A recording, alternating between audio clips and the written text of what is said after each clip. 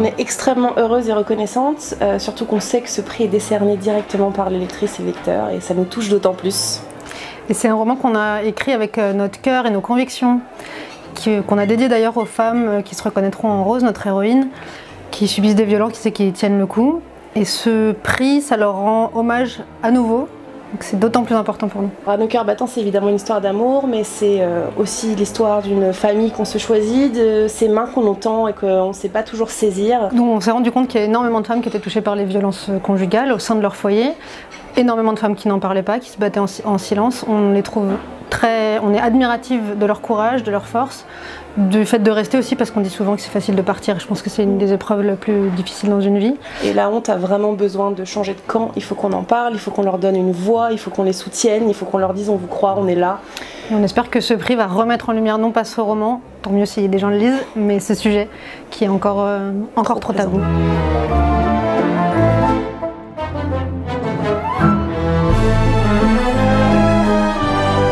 Très émue évidemment de recevoir un prix de lecteur parce que c'est quand même les personnes qui ont porté ce livre qui depuis le début n'a pas eu beaucoup de médiatisation, surtout au début c'est vraiment les gens qui depuis le début l'achètent, le partagent autour d'eux, en parlent, le mettent sur la table des dîners de famille et de me dire que ça se retrouve jusque dans les votes Babelio, bah, ça me touche énormément évidemment. Ce qui m'a déclenché l'écriture du livre, c'était les élections de juin 2024, lorsque l'extrême droite a failli être au pouvoir, qu'elle n'y est pas arrivée, que nous n'avons pas eu un Premier ministre d'extrême droite et que beaucoup de gens ont cru que c'est bon, c'était fini, que ce risque avait disparu et je voyais bien en tant que journaliste qui avait couvert ces élections que ce n'était que le début et j'avais envie de donner accès aux gens à un condensé d'informations vérifiées sur ce qu'était l'extrême droite pour qu'au moins celles et ceux qui veulent voter pour ce type de parti sachent ce qu'il y a réellement derrière la façade que ces partis affichent.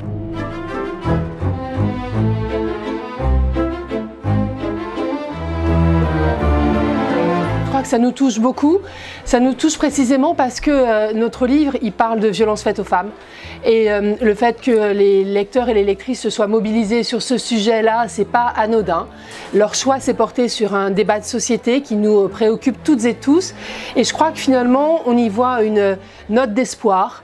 Ça veut dire que notre roman graphique qui s'appelle Les femmes ne meurent pas par hasard, eh bien, on forme l'espoir grâce à ce prix que nous aboutissions à un monde où les femmes ne mourraient plus comme ça à cause des violences subies de la part de leurs compagnons. Donc voilà, ça nous touche particulièrement parce que nous le prenons comme une note d'espoir possible. Les femmes ne meurent pas par hasard, au départ c'est une enquête un peu immersive que j'ai faite auprès d'Anne Bouillon qui est avocate pénaliste à Nantes, en suivant dans son cabinet les affaires quotidiennes, ordinaires, mais bon, de femmes qui s'adressent à la justice par une avocate en demandant réparation, en demandant justice sur des cas de violence sexuelle, sexiste, conjugale, enfin, toute la gamme en fait.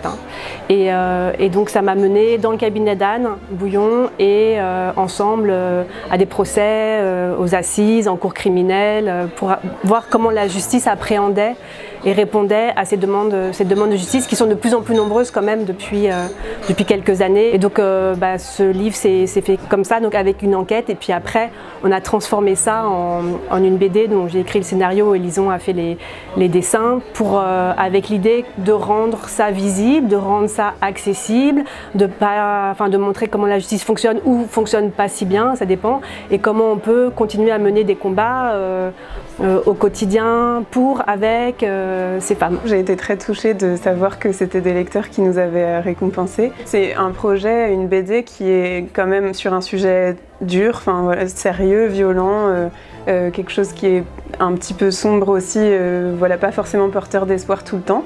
Et donc voir que ça touche autant de monde, en fait, c'est très très encourageant, je trouve.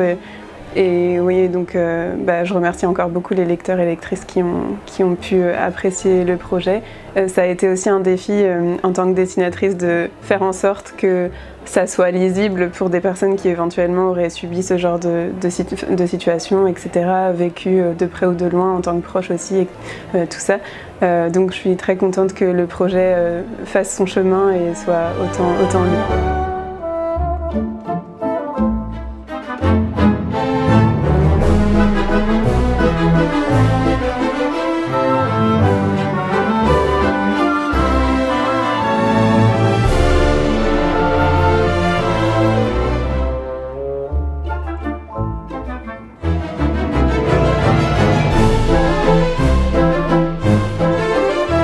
Babelio, on n'a que des bonnes choses à dire. On trouve que c'est une superbe communauté.